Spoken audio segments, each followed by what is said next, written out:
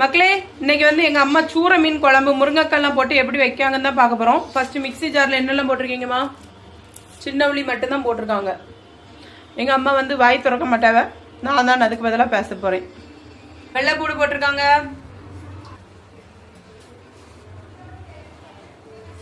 ஜீரகம், நல்ல மிளகு போடுங்க, தேங்காய் போடுவாங்க, தண்ணி ஊற்றி என்னை நல்லா அரைச்சி எடுத்துக்கணும்.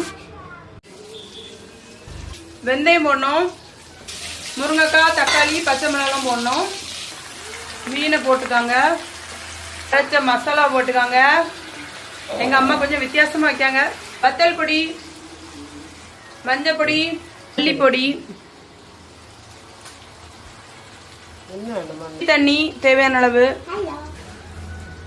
தேவையான அளவு தண்ணி எல்லாத்தையும் ஊற்றி நல்லா கலக்கி